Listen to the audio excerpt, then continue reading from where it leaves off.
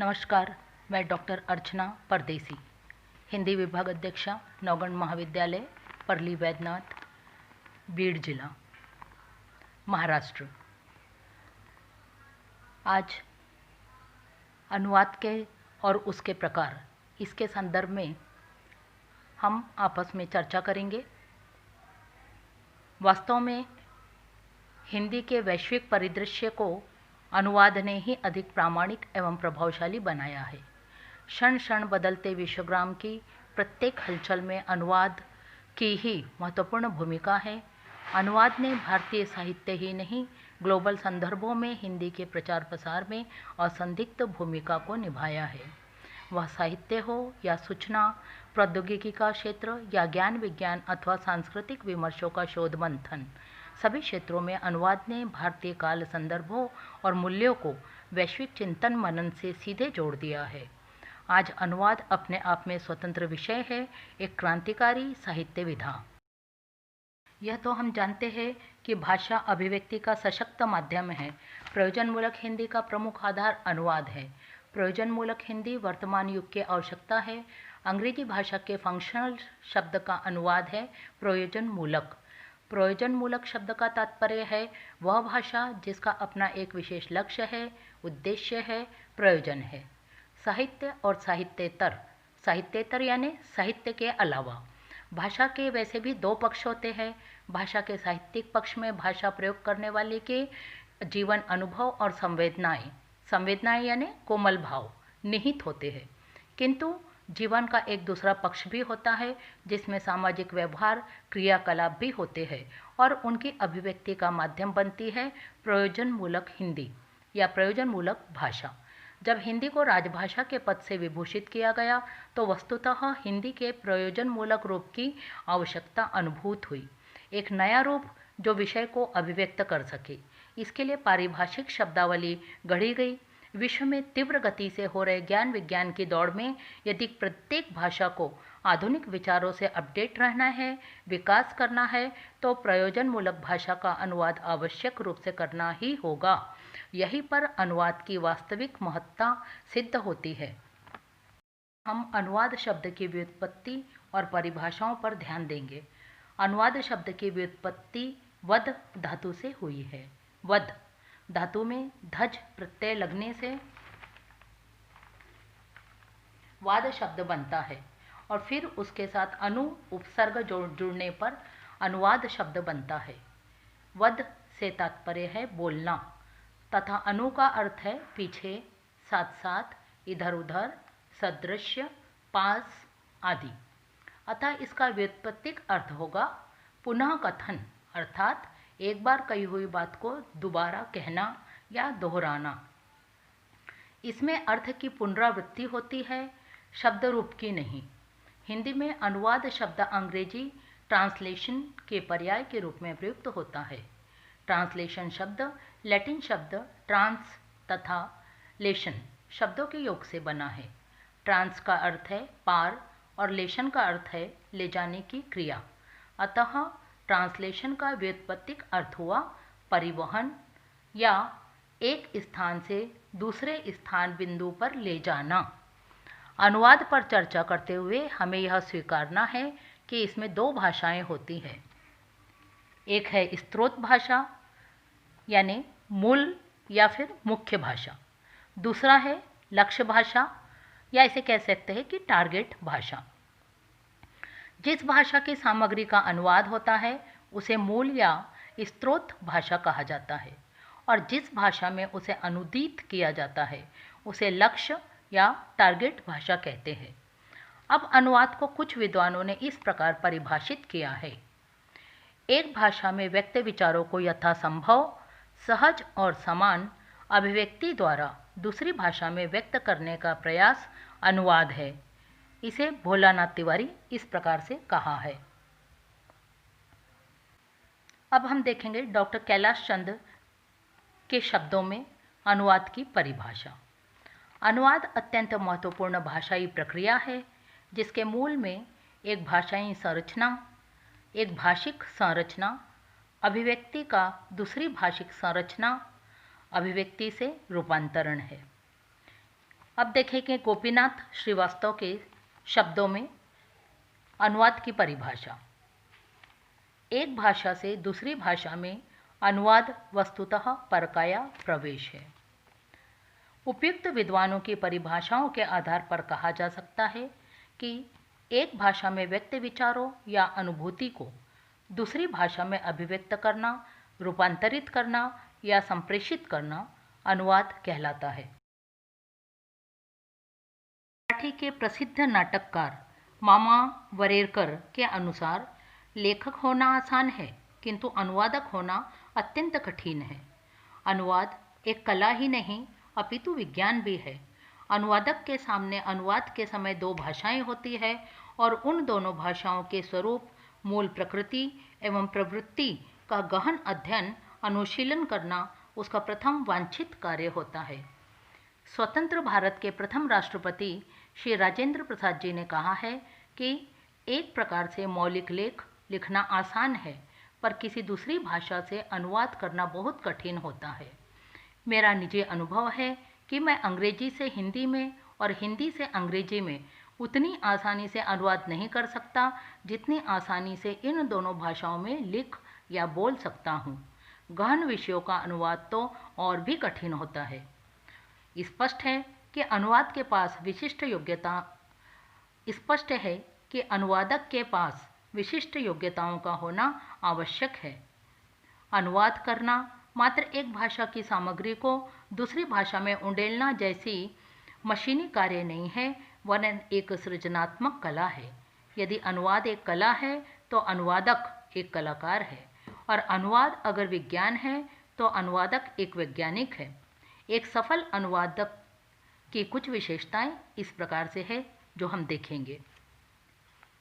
पहले है बहुभाषा विदता, यानी दो और दो से अधिक भाषाओं का होना। देखेंगे अब इसे।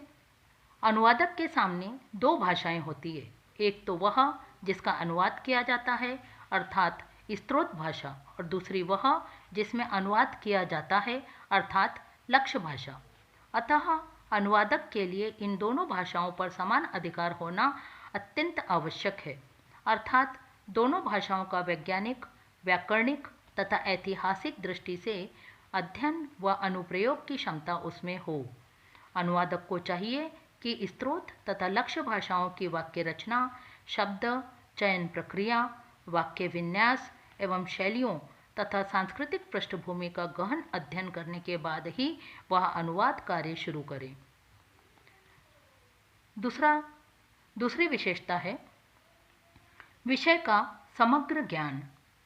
विषय के परिपूर्ण ज्ञान के बिना किया गया अनुवाद बद्दा हो सकता है, क्योंकि विषय के अज्ञान की वजह से अर्थ का अनर्थ हो सकता है। जैसे बैंकिंग पारिभाषिक शब्द सिक्योरिटी शब्द, जिसका सामान्य अर्थ सुरक्षा है, को बैंकिंग के संदर्भ में प्रतिभूति लिखा जाएगा। अतः अनुवादक के लिए संबंधित विषय का ज्ञान होना अपरिहार्य है, यानी अनिवार्य है। तीसरी विशेषता है अनुवादक की स्वतंत्र विचार शक्ति। स्रोत और लक्ष्य भाषाओं का ज्ञान, विषय की समझ और प्रतिभा होने पर भी अनुवाद के समय प्रत्यक्ष रूप से अनेक मौक़ों पर अनुवादक की स्वतंत्र विचार शक्ति काम आसान कर देती है। हम स्वयं को बड़ी आसानी से व्यक्त कर सकते हैं, परंतु किसी दूसरे को अभिव्यक्त करना मुश्किल होता है। अनुवादक को अपनी विवेकशीलता के साथ मूल पाठ की संवेदनाओं को यथावत रखते हुए अनुदित पाठ में उतारना है। इस प्रक्रिया में उसे तटस्थ रहते हुए एक सीमा तक अपना व्यक्तित्व भी उतारना होता है। अनुवाद की सफलता बहुत कुछ उसकी शैली पर निर्भर करती है। अनुवाद की विभिन्न शैलियाँ हो सकती है जो अनुवादक के व्यक्तित्व एवं विचार मंथन के अनुरूप विषयानुसार निर्धारित होती है, परंतु सामान्यतः अनुवाद की सर्वोत्तम शैली वही मानी जा सकती है जिसमें स्रोत भाषा की शैली लक्ष्य भाषा में भी विद्यमान हो और अनुवादक की स्वयं की विशेष अनुवाद शैली का सुरुचिपूर्ण सम्यक यानी पूर्ण समन्वय किया गया हो।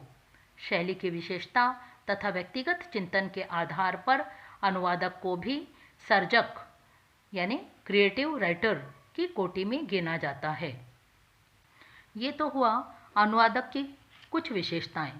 पहली बहुभाषा विविधता, दूसरा विषय का समग्र ज्ञान और तीसरा स्वतंत्र विचार शक्ति।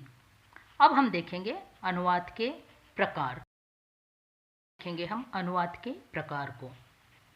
अनुवाद की प्रक्रिया में समायोजित प्रयोजन, प्रयोग तथा प्रयोक्ता आदि तत्वों के आधार पर अनुवाद के कई रूप हो सकते हैं। इन भेदों के 4 मुख्य आधार माने जा सकते हैं। पहला, गद्य पद्य का आधार। दूसरा, साहित्यिक विधा का आधार। तीसरा, विषय का आधार तथा चौथा, अनुवाद प्रकृति का आधार।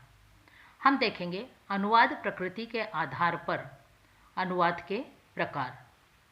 पहला है मूलनिष्ठ अनुवाद। यह अनुवाद मूल पाठ की विषय वस्तु का अनुगमन करता है। दूसरा, मूल मुक्त अनुवाद। इस प्रकार के अनुवाद में मूल पाठ के विचारों, भावों तथा कथ्य को लक्ष्य पाठ में सुरक्षित रखते हुए अनुवादक अपनी स्वतंत्र अभिव्यक्ति शैली अपनाता है। तीसरा है शब्दानुवाद। इस प्रकार के अनुवाद में मूल पाठ का शब्दशः अनुवाद किया जाता है। चौथा है भावानुवाद। इस प्रकार के अनुवाद में मूल पाठ के अर्थ, विचार तथा भावों को विशेष रूप से सुरक्षित रखने का प्रयास किया जाता है। पांचवा है छायानुवाद।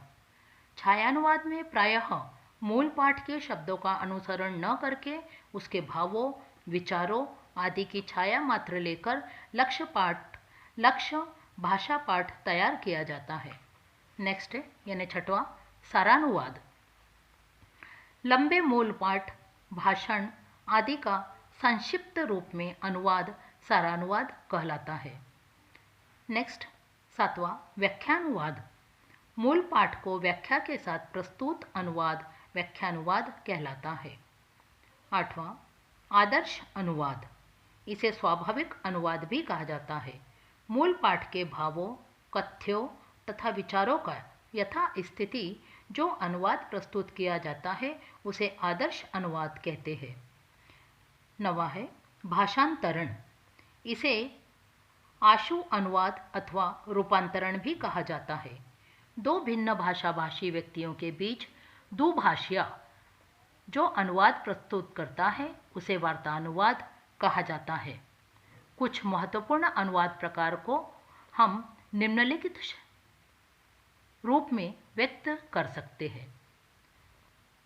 पहला है शब्दानुवाद। शब्दानुवाद भावानुवाद के लिए पूरक तत्व के रूप में महत्वपूर्ण माना जा सकता है। शब्दानुवाद में स्रोत भाषा के शब्दों तथा शब्दांशों को ज्यों का त्यों लक्ष्य भाषा में रूपांतरित कर लिया जाता है, अर्थात इसमें मूल पाठ या सामग्री की प्रत्येक शब्दाभिव्यक्ति का अनुवाद प्रायः उसी क्रम में किया जाता है। इसे पंक्ति दर पंक्ति या वाक्य दर वाक्य अनुवाद भी कहते हैं।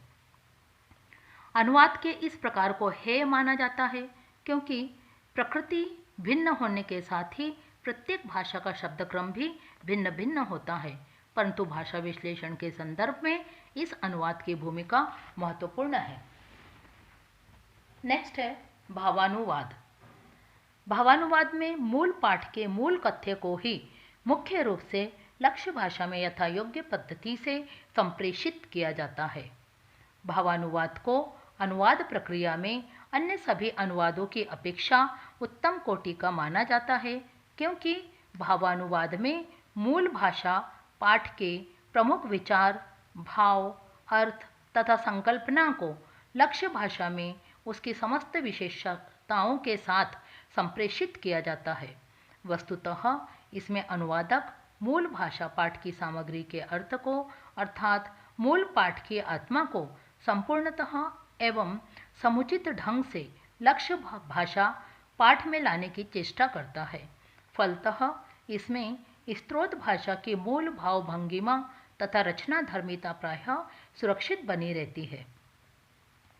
नेक्स्ट है छायानुवाद।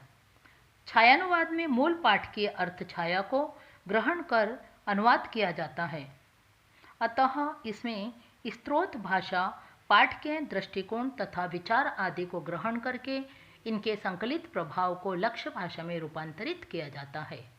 छायानुवाद में शब्दानुवाद की तरह स्त्रोत भाषा पाठ के शब्दों का अनुसरण न करके या भावानुवाद की तरह मूल विचारों के भावार्थ का यथातथ्य अनुगमन न करके इन दोनों से मुक्त होकर इनकी छाया मात्र लेकर स्वतंत्र रूप से अनुवाद किया जाता है। परंतु इस प्रकार के अनुवाद का सबसे बड़ा दोष यह है कि इसमें मूल पाठ की कोई विशेषता नहीं होती। कभी कभी अनुवादक इतनी छूट ले लेता है कि मूल पाठ और अनुदित पाठ में स्थित संबंधों को पहचानना भी कठिन हो जाता है। नेक्स्ट है व्याख्यानुवाद। इसे टीकानुवाद भी कहा जा सकता है। व्याख्यानुवाद में मूल पाठ का अनुवाद व्याख्या या टीका के साथ किया जाता है। इसमें अनुवादक का व्यक्तित्व तथा चिंतन प्रणाली उभर कर सामने आ जाती है। इस प्रकार के अनुवाद में अनुवादक मूल पाठ के विचारों, भावों तथा संकल्पनाओं को अपनी शैली में सविस्तार रूपायित करता है। व्याख्यानुवाद में विषय वस्तु के निरूपण तथा स्पष्टीकरण के लिए यथास्थिति अतिरिक्त उदाहरण आदि जोड़े जा सकते हैं। नेक्स्ट है सारानुवाद। लंबी रचनाओं, लंबे भाषणों, राजनीतिक वार्ताओं आदि को उनके कथ्य तथा मूल तत्व को पूर्णतः संरक्षित रखते हुए प्रसंग अथवा संदर्भ की आवश्यकता अनुसार संक्षेप में रूपांतरित करने की प्रक्रिया को सारानुवाद कहते हैं। ऐसे अनुवाद में स्त्रोत भाषा की सामग्री का सारांश मूल कथ्य को सुरक्षित रखते हुए लक्ष्य भाषा में अंतरित कर दिया जाता है।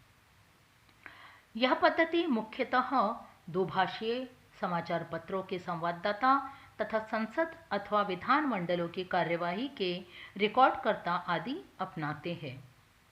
नेक्स्ट है आदर्श अनुवाद।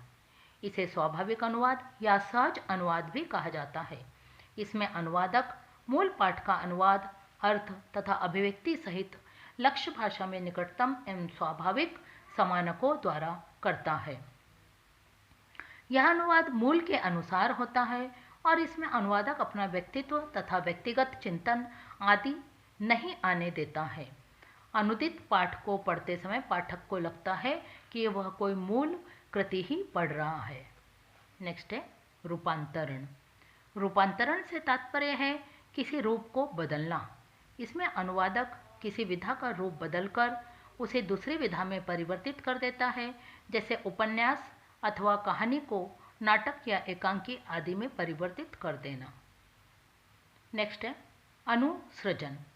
इसमें स्त्रोत भाषा में रचित कविता, कहानी को ग्रहण कर अनुवादक लक्ष्य भाषा में काव्य सृजन करता है। इसे अनुसृजन या ट्रांसक्रिएशन कहा जाता है। अभी तक हमने देखा अनुवादक की विशेषताएं और अनुवाद के प्रकार। अब हम देखेंगे अनुवाद का महत्व। वास्तव में भारतीय मानस जन्मजात अनुवादक है। धार्मिक सांस्कृतिक बहुलतावादी भारत की सबसे बड़ी खासियत ही यह है कि अनुवाद के माध्यम से वह एक दूसरे के मन मानस में निरंतर अंतर्गमन करता है। इसी वजह से एक अदृश्य भाषिक सूत्र में पूरे भारत मन को ही नहीं विश्व मानस को बांध रखा है। बहुभाषिक सांस्कृतिक कायांतरण, भाषांतरण, आत्मांतरण की इस योग भूमि का सूत्रधार अनुवाद ही है। नैरंतर्य की यह अनुवाद यात्रा भारत की भौगोलिक सीमाओं में ही कैद नहीं है, अपितु वैश्विक स्तर पर अपना प्रसार कर रही है। हिंदी के वैश्विक परिदृश्य को अनुवाद ने ही अधिक प्रामाणिक एवं प्रभावशाली बनाया है। क्षण क्षण बदलते विश्वग्राम की प्रत्येक हलचल में अनुवाद की ही अन्यतम भूमिका है। अनुवाद ने भारतीय साहित्य को ही नहीं, ग्लोबल संदर्भों में हिंदी के प्रचार प्रसार में असंदिग्ध भूमिका का निर्वहन किया है। वह साहित्य हो या सूचना प्रौद्योगिकी का क्षेत्र या ज्ञान विज्ञान अथवा सांस्कृतिक विमर्शों का शोध मंथन, सभी क्षेत्रों में अनुवाद ने भारतीय काल संदर्भों और मूल्यों को ग्लोबल चिंतन मनन से सीधे जोड़ दिया है। आज अनुवाद अपने आप में स्वतंत्र विषय है, एक क्रांतिकारी साहित्यिक विधा। अनुवाद की दृष्टि से यदि विश्व की भाषाओं को सामने देखें तो यह सत्य सामने आएगा कि भाषाओं के चक्रव्यूह को अनुवाद ने पूरी तरह ध्वस्त कर दिया है। अब भाषा की आत्मा पर अनुवाद त्वचा का सुरक्षित कवच है, जो विश्व की हर हलचल, महीन से महीन धड़कनों को सीपी से शंख बना रहा है। सीपी शंख की इस भूमिका में अनुवाद भूमंडलीकृत विश्व का नया इतिहास रचने को उद्यत है। सांस्कृतिक परिवेश और भाषाई भूगोल में वैविध्य होने के बावजूद अंतर स्तर पर मनुष्य एक ही तरह से सोचता है। इस अंतर सोच को अनुवाद प्रत्यक्ष कर चलता फिरता ग्लोबल आईना बना देता है। ऐसा नहीं होता तो हम भारत ही नहीं, विश्व की महानतम रचनाओं और साहित्य के मर्म से वंचित ही रहते। सिद्धांत और व्यवहार अलग अलग एक दूसरे के पूरक है। आज जब मशीनी अनुवाद तक की बात होने लगी है, तब अनुवाद शब्द ही सैद्धांतिकी और तकनीकी अंतर यात्रा पर जाने का अवकाश इस चिंतन पत्र में नहीं है। व्याख्या, विश्लेषण, रूपांतरण, भाषांतरण, टीका, भावानुवाद, तर्जुमा, उल्था, ट्रांसलेशन, विवर्तन, पुनः कथन आदि न जाने कितने पारिभाषिक शब्दों से अनुवाद को अलग अलग दृष्टियों से परिभाषित, व्याख्यायित, पुनर्व्याख्यायित किया गया है। लेकिन अर्थ और व्याप्ति की चिंतन कसौटी पर अंततः अनुवाद शब्द को ही प्रामाणिक स्वीकार किया गया। पारिभाषिक और सिद्धांत से अलग हटकर व्यवहारिक स्तर पर मनुष्य मन की भीतरी टेक एक ही है। भाषिक, सांस्कृतिक, भौगोलिक वैविध्य के बावजूद उसकी अंतर चेतना का आलोक सुख दुख की छलनी एक ही तरह से छनता है। अनुवाद इसी अंतर चेतना का छना हुआ आलोक है। हम अपनी अपनी विविधमुखी छवियों, सीमाओं के साथ अपनी भाषा तथा संस्कृति में सांस जरूर लेते हैं, लेकिन अपना मानवीय वैश्विक अनुबंध हम अनुवाद के बिना पूरा नहीं कर सकते। अनुवाद आलोक से ही हम भीतर से छन रहे हैं, अपने को नए संदर्भों स्थितियों में बूंद रहे हैं, विश्व साहित्य एवं साहित्येतर विषयों से परिचित हो रहे हैं, मन, बुद्धि और चेतना के स्तर पर एक दूसरे में रूपांतरित होकर ही विश्वग्राम को साकार करने को प्रयत्नशील है। अनुवाद ने ऐसी खिड़कियों और झरोकों को खोला है जो उन्मुक्त द्वार पर मानवीय संस्कृति की गीत दस्तक है, जिसमें लगता है समूचा विश्व हम में समा सकता है, धीरे धीरे समा रहा है, बाहें खोले हमें अपने अंदर समाने को आतुर है। छनन बुनन के इस अनुवाद दर्शन में विश्व हमारे बिल्कुल पास आ गया है। आज इससे कोई भी इनकार नहीं कर सकता कि साहित्य, कला, संगीत, भाषा, संस्कृति, इतिहास, सूचना प्रौद्योगिकी आदि के विविधमुखी अन्यतम क्षेत्रों को अनुवाद ने अपने गर्भ में बीज रूप में धारण कर लिया है और वह बीज से वट बनने की प्रक्रिया में है। इसलिए अनुवाद विश्व मानस की एक सूत्रता का कालवेद है, जो अपनी सामुद्रिक अंतर्वाहिनी धाराओं से विश्व मानस से अटखेलियां कर रहा है, जहां रूप, रंग, जाति नहीं, मनुष्य मात्र की अस्मिता का विश्वग्राम है। वैश्विक फलक पर हिंदी की स्थिति अत्यंत सुदृढ़ है। सिंगापुर में दिसंबर 1999 में आयोजित मशीन ट्रांसलेशन समिट 1999 के व्यास आसन से बोलते हुए अपने अध्यक्षीय संबोधन में टोक्यो के विश्वविद्यालय के प्रोफेसर होजोमित बाका ने सप्रमाण ठोस तर्क देते हुए हिंदी की स्थिति को विशेष रूप से रेखांकित किया था। उन्होंने वैश्विक अराजक स्थिति की चर्चा करते हुए कहा था कि आज हिंदी विश्व मंच पर प्रथम स्थान के लिए चीनी भाषा से होड़ कर रही है। चीनी भाषा के बाद हिंदी ही सबसे अग्रणी भाषा है और अंग्रेजी तीसरे स्थान पर है। आज विश्व फलक पर बोली जाने वाली भाषाओं में हिंदी चीनी भाषा से भी अधिक बोली जाने वाली है। इसका कारण बताते हुए उन्होंने कहा कि गत अर्ध सदी में हिंदी शब्द संपदा में अभूतपूर्व विस्तार हुआ है, जितना विश्व की किसी अन्य भाषा में नहीं हुआ। अंतर्राष्ट्रीय मंच पर मात्र 10,000 शब्दों के साथ अंग्रेजी हालांकि महत्वपूर्ण भाषा बनी हुई है, जबकि दूसरी ओर हिंदी के पास मूल शब्दों की संख्या ही 3 लाख से भी अधिक है। लगभग 140 देशों में 1 करोड़ 20 लाख से अधिक भारतीय मूल के लोग हैं जिनकी बोली भाषा हिंदी है। दैनिक आचार व्यवहार में कमोबेश सभी भारतीय हिंदी का प्रयोग करते हैं। विदेशों में जहाँ कहीं विशेष रूप से हिंदी का प्रयोग पठन पाठन होता है, उन्हें हम 3 श्रेणियों में वर्गीकृत कर सकते हैं। सबसे पहले इस सूची में वे देश हैं जहाँ अप्रवासी भारतीय अपेक्षाकृत अधिक संख्या में है। ऐसे देशों में Mauritius, Fiji, Suriname, Guyana, Trinidad और टोबैगो जैसे देश है। और दूसरी श्रेणी में पाकिस्तान, बांग्लादेश, श्रीलंका, नेपाल, भूटान, म्यांमार यानी बर्मा जैसे पड़ोसी देश है। तथा तीसरी श्रेणी में ऐसे अन्य देश हैं जहां हिंदी को बहुत ही गंभीरता से लिया जाता है। इन देशों की पंक्ति में है अमेरिका महाद्वीप, संयुक्त राज्य America, Canada, Mexico, Cuba. Europe महाद्वीप के अंतर्गत रूस, Britain, Germany, France, Belgium, Holland यानी Netherland, Austria, Switzerland, Denmark, Norway, Sweden, Finland, Italy, Poland, चेक, Hungary, Romania, Bulgaria, Ukraine, Croatia आदि। अफ्रीका महाद्वीप में दक्षिण अफ्रीका, रीयूनियन द्वीप आदि है तथा एशिया महाद्वीप में चीन, जापान, दक्षिण कोरिया, मंगोलिया, उज्बेकिस्तान, तजाकिस्तान, तुर्की, थाईलैंड जैसे देश शामिल है। और ऑस्ट्रेलिया महाद्वीप के अंतर्गत ऑस्ट्रेलिया और न्यूजीलैंड जैसे देश है। जहाँ जहाँ भी भारतीय मूल के लोग बसे हैं, वे अपनी हिंदी को ही अपने अस्तित्व और व्यक्तित्व का पूरक मानते हैं। इसका एक और महत्वपूर्ण कोण है, भारतीयों के अतिरिक्त ऐसे अनेक विदेशी मूल के लोग भी हैं जो हिंदी बोलते ही नहीं, अच्छी तरह समझते भी हैं।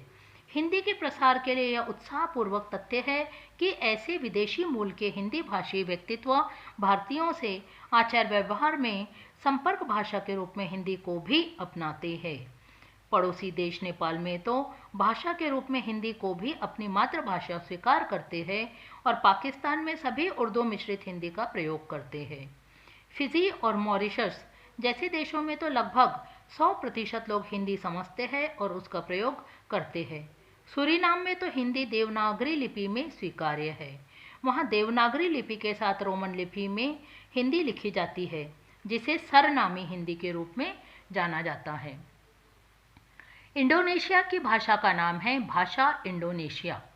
भाषा इंडोनेशिया के लगभग 20% शब्द संस्कृत एवं हिंदी से लिए गए हैं। इंडोनेशिया की तीनों सेनाओं का प्रमुख समाचार पत्र है त्रिशक्ति। इससे सहज ही अनुमान लगाया जा सकता है कि हिंदी की भाषिक क्षमता और शक्ति निरंतर अपना विस्तार कर रही है। इसका संकेत पूर्व में दिया जा चुका है कि विश्व में ऐसे 144 विश्वविद्यालय हैं जहां हिंदी शिक्षण का कार्य सुचारू रूप से चल रहा है। समूची पश्चिमी दुनिया इस बात को भलीभांति समझ चुकी है कि भारतीय महाद्वीप को जानने, समझने, जुड़ने और विभिन्न स्तरों पर सांस्कृतिक, व्यापारिक, आर्थिक संबंधों को यदि ठोस आधार और आकार देना है तो हिंदी को अपनाना ही होगा। इस दिशा में समूची दुनिया अपने अपने तरीकों से हिंदी और भारत की ओर बढ़ रही है। जर्मनी के ऐसे 17 विश्वविद्यालय हैं जहां हिंदी के स्वतंत्र विभाग है। यूरोप, अमेरिका, ऑस्ट्रेलिया आदि देशों का शायद कोई भी ऐसा प्रमुख विश्वविद्यालय नहीं है जहां हिंदी का अध्ययन अध्यापन न हो रहा हो। हिंदी को लेकर वैश्विक परिदृश्य बदल चुका है, बदल रहा है। दुनिया के सभी कोनों में हिंदी का परचम लहरा रहा है और विश्व व्यवस्थाएं निरंतर हिंदी में रुचि ले रही है। भूमंडलीकरण ने विश्व को एक ग्राम में तब्दील कर दिया है। वैश्विक फलक पर उपलब्धियों के सभी क्षेत्रों की जानकारी हर देश तुरंत चाहता है। वैज्ञानिक आविष्कारों और सूचना क्रांति के इस दौर ने एक नई विश्व दृष्टि विकसित की है। भारतीय सरोकारों ने अपना विस्तार किया है। स्वाभाविक रूप से विश्व मंच पर विभिन्न भाषा भाषी एक दूसरे के निकट आने के लिए आपस में संवाद करने को व्याकुल है, सांस्कृतिक पारस्परिकता के लिए उद्यत है। ऐसे में सभी चाहते हैं कि हम एक दूसरे से हर स्तर पर जुड़ने का प्रयास करें। इसका एकमात्र विकल्प है अनुवाद। आदान प्रदान के लिए अनुवाद आज अपने आप में एक नई सांस्कृतिक परंपरा का जन्मदाता है। भाषा, संस्कृति, साहित्य, चिकित्सा, तकनीक, वैज्ञानिक, दार्शनिक चिंतन मनन आदि सभी क्षेत्र अनुवाद की अग्नि रेखा में समाहित हो गए हैं। इतिहास गवाह है कि यदि तत्कालीन ज्ञान विज्ञान, कला तथा साहित्य की रक्षा अन्य भाषाओं के अनुवादकों ने न की होती तो उनकी गौरव गाथाओं को कब का भुला दिया गया होता। सभ्यताओं के विनाश के साथ ही Takshashila, Nalanda, Athens, Baghdad, Florence आदि स्थानों पर रचा गया महान साहित्य कब का नष्ट हो गया होता। साहित्य चाहे भारतीय हो या विदेशी, लेखक और अनुवादक के बीच शताब्दी से एक ऐसा अटूट और अतरंग रिश्ता चला आ रहा है कि जिसका लाभ हर युग और हर भाषा के पाठक ने उठाया है। इस दिशा में विश्व की सर्वप्रमुख भाषाओं में एक हमारी हिंदी ने भी अपनी अहम भूमिका निभाई है। वाल्मीकि, व्यास, कालिदास, भवभूति, हर्ष जैसे शिखर साहित्यिक पुरुषों के साहित्यिक अवदान को हम अनुवाद के माध्यम से ही जान पाए हैं। इनके प्राचीन साहित्य की गौरव गाथाओं और व्यास दृष्टि को तो विदेशी तो क्या हम भी नहीं जान पाते। अनुवाद ने ही इन्हें चिर संजीवन दिया है। विश्व स्तर पर इसी अग्नि रेखा की कड़ियाँ हैं अरस्तु, प्लेटो, सुकरात, Dante, Maupassant, Tolstoy, Pushkin, Gorky, Omar Khayyam, Shakespeare, Shelley, Byron, Keats आदि न जाने ऐसे कितने प्रथम पंक्ति के साहित्यकार हैं जिनके वैचारिक ऐश्वर्य और चिंतन गांभीर्य को हमने अनुवाद के माध्यम से ही सहेजा है। अनुवाद यदि नहीं होता तो देशव्यापी, राज्यव्यापी सीमाएं खींच जाती और रविंद्रनाथ टैगोर, बंकिम, शरतचंद्र जैसे साहित्यिक जागृत आचार विचार, मानवीय मूल्यों के शक्ति स्रोत बंगाल तक ही सिमट कर रह जाते। कविवर तुलसी, सूर, प्रसाद, पंत, महादेवी न जाने ऐसे कितने साहित्यकार हैं जिनकी काव्यात्मकता से हम परिचित ही नहीं हो पाते। चीन, जर्मनी, रूस, कोरिया, जापान, अफ्रीका, इज़राइल आदि विदेशों की अनगिनत लोक कथाएं न हम जान पाते और न ही भारतीय लोक साहित्य का परिदृश्य विदेशी मन और संस्कृति का अंग बनता।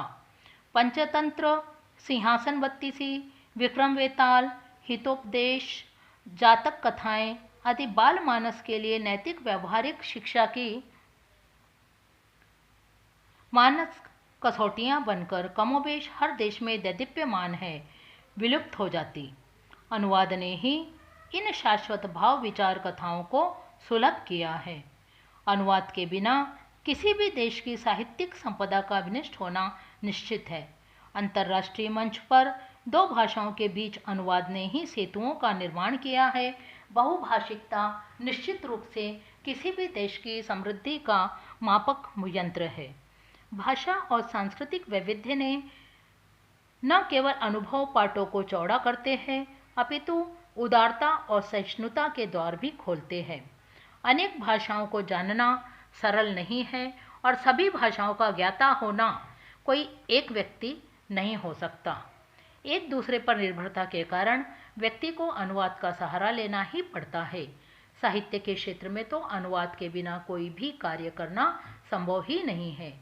एक दूसरे के साहित्य, संस्कृति, समाज में अंतर्गमन करने के लिए अनुवाद हमारी विवशता है। वैश्वीकरण के इस दौर में तो अनुवाद की उपादेयता और अधिक महत्वपूर्ण होकर जीवन का अंग बन गई है। सृजनात्मक साहित्य और विविध सांस्कृतिक विमर्शों के कारण भिन्न भिन्न राष्ट्रों की विपुल संपदा को आत्मसात कर विश्व का सिरमौर बनने के लिए अनुवाद ही एकमात्र विकल्प है। विश्व परिदृश्य को जानने के लिए क्या अनुवाद के अतिरिक्त कोई अन्य विकल्प हो सकता है? निश्चित रूप से नहीं। वांछित देशों और क्षेत्रों की व्याकुल जिज्ञासाओं को शांत करने का एकमात्र माध्यम अनुवाद ही है। अपनी काल यात्रा में शताब्दियों से अनुवाद की इस महत्वपूर्ण एवं उत्तरदायित्वपूर्ण भूमिका को साहित्यकार अपनी रुचि के अनुरूप सफलता से निभाते आ रहे हैं। यह तथ्य और सत्य समझना अत्यंत आवश्यक है कि यूरोप के नवजागरण में जिस प्रकार ग्रीक एवं लैटिन ग्रंथों के भावानुवाद की एक निर्णायक भूमिका रही है, वैसे ही आधुनिक भारत के भाषिक सांस्कृतिक नवोत्थान में पश्चिमी साहित्य के अनुवाद ने अग्रणी भूमिका निभाई है। पश्चिमी साहित्य के अनुवादों ने भारतीय मानस में एक नई तरंग पैदा की और उन्हें अपनी सांस्कृतिक विरासत के प्रति आस्था का नया जज्बा पैदा किया, जिससे वे अपने खोए हुए आत्मविश्वास और आस्था के प्रति पुनः संकल्पित हुए। इस संकल्पित चेतना में भारतीय संस्कृति की सूखती जा रही विलुप्त धारा को पुनर्जागृत किया। रामायण, महाभारत, भागवत आदि के आधुनिक भाषाओं में लिए गए रूपांतरणों तथा अनुवादों ने आत्मसंयम, वाक् संयम, सहिष्णुता, उदारता, विश्व मैत्री की पहली सीढ़ी है। इस अंतर्यामी सत्य को हम विभिन्न अनुवादों के माध्यम से ही जान पाए हैं। हस्तमलक दुनिया को आधुनिक वैज्ञानिक आविष्कारों, संप्रेषण, चमत्कारों ने और भी छोटा कर दिया है। अतः समूची दुनिया आज मन मानस में अंतर्जाल बनकर बिछी हुई है। हिंदी भारत की गंगा ही नहीं, राष्ट्रीय शरीर की आत्मा है। अनुवाद के माध्यम से इस राष्ट्रीय शरीर में वैश्विक आत्मा को प्रतिष्ठापित कर सकते हैं, क्योंकि अनुवाद कला ही नहीं विज्ञान भी है, विश्व मानस को समझने का मापक यंत्र। हिंदी की सूर्य ऊर्जा के कारण ही अमीर खुसरो ने कहा था, मैं हिंदुस्तान की तूती हूँ, यदि तुम कुछ पूछना चाहते हो तो हिंदी में पूछो, मैं तुम्हें उसमें बातें बता सकूँगा।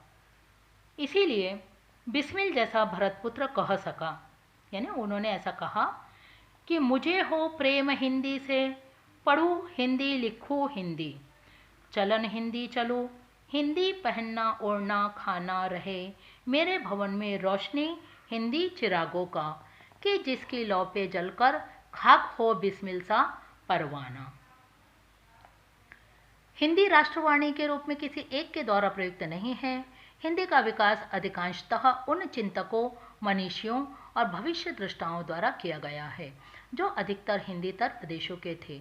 राष्ट्रीय जागरण के समानांतर इसका उदय तथा विकास इस कारण हुआ कि यह संपूर्ण भाषाओं की तुलना में यह समस्त भारत का प्रतिनिधित्व करती है। सूत्र रूप में हिंदी की एक शुभाशुभ मीमांसा का मंथन उनके महापंडित राहुल सांकृत्यायन के शब्दों में रेखांकित किया जा सकता है। वे कहते हैं, इसमें कोई संदेह नहीं कि हिंदी एक महान भाषा है जिसने भारत में ही नहीं संपूर्ण विश्व में भारतीयों को एक सूत्र में बांधे रखा है। गिरमिटियों को उनकी आशा निराशा के कठिन दिनों में उनके मनोबल को बनाए रखा है, विदेशियों को हिंदी के प्रति आकर्षित किया है। आज वह ज्ञान विज्ञान साहित्य संस्कृति से भी ऊपर मानवता की भाषा है। हिंदी भारत राष्ट्र की वाणी है। अनुवाद की महत्तम भूमिका के कारण ही हिंदी आज विश्व की सबसे शक्तिशाली भाषा के रूप में उदित हो रही है। अतः आने वाला समय और वैश्विक परिदृश्य भारतीयों और हिंदी का होगा। अनुवाद की इसमें महत्वपूर्ण भूमिका निहित होगी, इस विश्वास को दोहराने की आवश्यकता नहीं है। अनुवाद के सहारे हिंदी में विचारों का आवागमन बढ़ा है। दुनिया धीरे धीरे हिंदी की ताकत समझ रही है। अमेरिका के स्कूलों से लेकर चीन के बीजिंग विश्वविद्यालय तक हिंदी का अध्यापन किया जा रहा है। अब दुनिया 21वीं सदी की महाशक्ति बन रहे भारत के साथ कदमताल करने के लिए हिंदी सीखने बोलने की ओर बढ़ रही है। हमें विश्वास है कि संयुक्त राष्ट्र संघ की 7वीं आधिकारिक भाषा के रूप में हिंदी को हम शीघ्र ही देख पाएंगे।